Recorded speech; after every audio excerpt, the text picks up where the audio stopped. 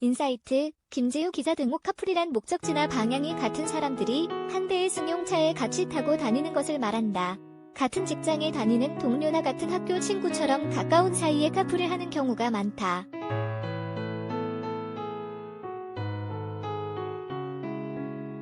하지만 아무리 가까운 사이여도 기본적으로 지켜야 할 매너는 있는 법이다.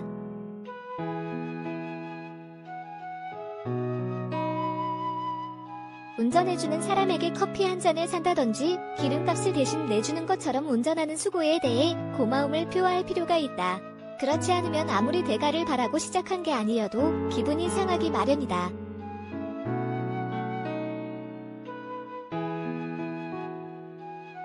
최근 한 온라인 커뮤니티에는 커플 때문에 친구와 갈등을 겪고 있다는 누리꾼 A씨의 사연이 올라왔다.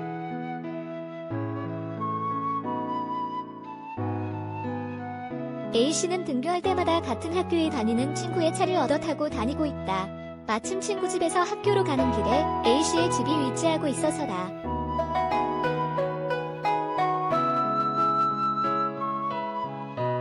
그런데 어느 날 친구가 A씨에게 조심스레 한 달 커플비로 3만 원씩을 줬으면 좋겠다고 얘기를 꺼냈다.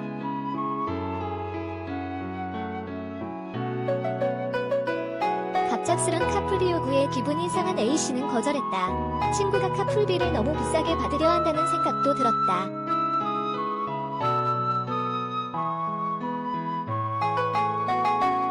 이에 친구는 그럼 앞으로 택시 타고 다니라고 막 받아쳤다.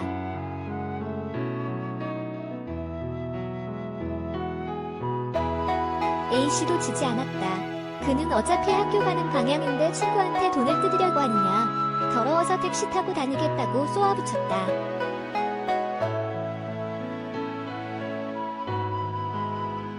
사연을 털어놓은 A씨는 친구가 저보고 이기적이라고 하는데 차 있다고 친구한테 갑질하는 게 더 이기적이지 않느냐고 분노했다.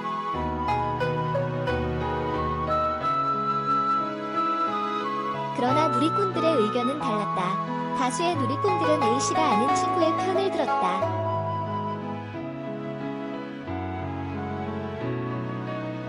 아무리 가는 길에 태워준 거라도 등교 때마다 친구 차를 얻어 탔으면 그에 대한 고마움을 표할 줄 알아야 한다는 게 이들의 의견이다.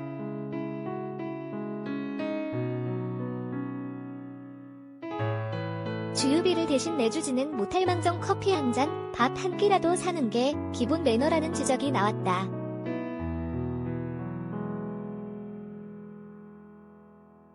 반면 일부 누리꾼들은 어차피 학교 가는 길에 태우고 가는 거면 3만 원 달라는 건 좀 속 좁아 보인다. 친구 입장도 이해가지만 A씨 입장에서도 당황스러울 만하다 등 A씨 편을 들기도 했다.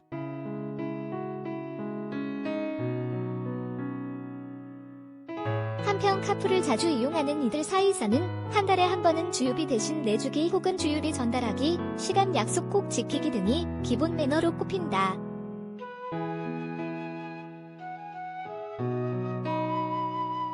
그 외에도 둘이 탈 경우 뒷자리가 아닌 조수석에 앉기, 냄새 나는 음식 먹지 않기 등 함께 커플을 하는 이와 사이가 틀어지지 않기 위해서는 기본적인 예의를 지키고 상대방을 배려하는 자세가 필요하겠다.